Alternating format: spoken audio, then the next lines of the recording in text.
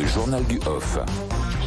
Avec Paul Barcelone du service politique d'RMC. Bonjour Paul. Bonjour Charles, bonjour à Et tous. c'est donc parti pour un long week-end d'attente avant le remaniement. Ça y est, on arrive à la fin du faux plat qu'on subit depuis la présidentielle, se réjouit un ami d'Emmanuel Macron, vous le disiez, les téléphones vont chauffer ce week-end.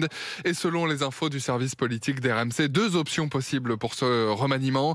La piste privilégiée, c'est une annonce dès lundi pour avoir un gouvernement au complet mercredi lors de la déclaration de politique générale d'Elisabeth Borne. Ou bien, deuxième option, une annonce plus tard, après cette déclaration de politique générale, ce qui pourrait permettre de laisser le temps aux députés susceptibles de devenir ministres de voter, notamment si Elisabeth Borne décidait de se soumettre à un vote de confiance. Il est temps que Macron atterrisse parce qu'on ne gouverne pas avec une dépêche AFP de temps en temps.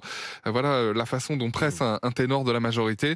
Le président est rentré hier soir d'une longue séquence internationale et il y a On va plusieurs préciser urgences. quand même cette histoire de dépêche AFP, c'est parce que le week-end dernier, Emmanuel Macron a renouvelé sa confiance à Elisabeth Borne, dressé les contours d'un nouveau gouvernement dans un entretien à l'agence France Presse. Exactement, Voilà. exactement, c'est ce que veut dire AFP.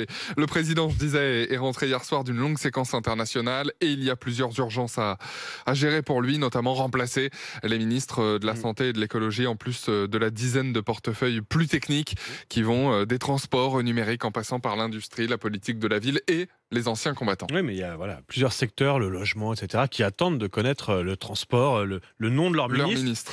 Dans ce remaniement, il y aura un ministre en sursis. Eh bien oui, Damien Abad, le ministre des Solidarités. Mercredi, le parquet de Paris a ouvert une enquête pour tentative de viol. Alors, Damien Abad nie tout en bloc, il est présumé innocent, mais politiquement, il semble de plus en plus fragilisé. Je pense que c'est impossible qu'il reste, traduit un pilier de la Macronie. Une position d'ailleurs que partage en privé la première ministre Elisabeth Borne. C'est dans l'intérêt de personne qu'il reste. Il n'a aucune capacité à agir, aucune capacité de prise de parole, impossible d'exister sur son périmètre et vis-à-vis de son administration.